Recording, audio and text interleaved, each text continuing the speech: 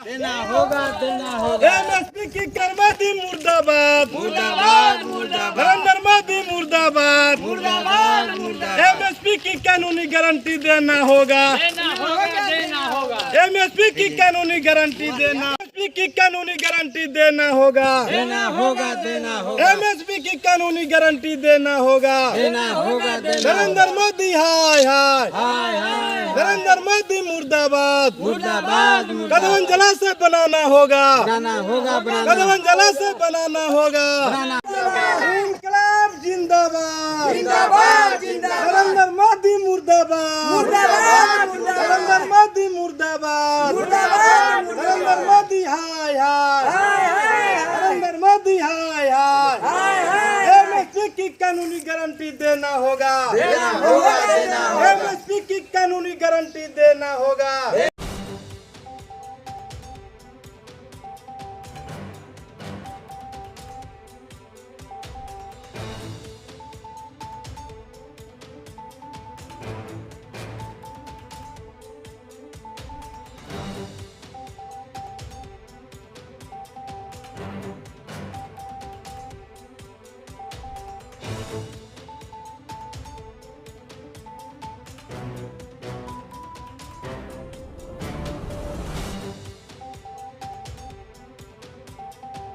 पुतला दहन करें आप लोग, इसके किसका पुतला दहन करें, किस लिए?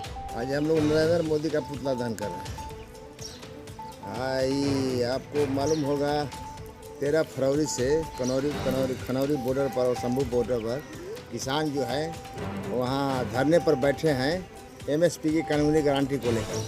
क्योंकि सरकार ने पहले वादा किया था 2021 में कि मैं 6 महीना के अंदर एमएसपी की कानूनी गारंटी दे दूँगा, लेकिन अभी तक नहीं दिया, इसलिए वहाँ धरने पर लोग बैठे हैं। उसमें एक खनौरी बॉर्डर पर जगजीत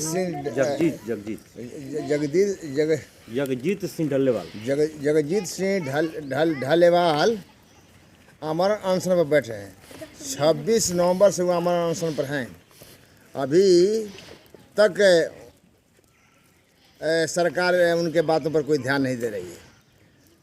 तो दूसरा चीज़ है कि सुप्रीम कोर्ट ने भी एक इसी क्रम में सुप्रीम कोर्ट ने भी एक कमेटी बनाया था एमएसपी की कानूनी गारंटी के लिए।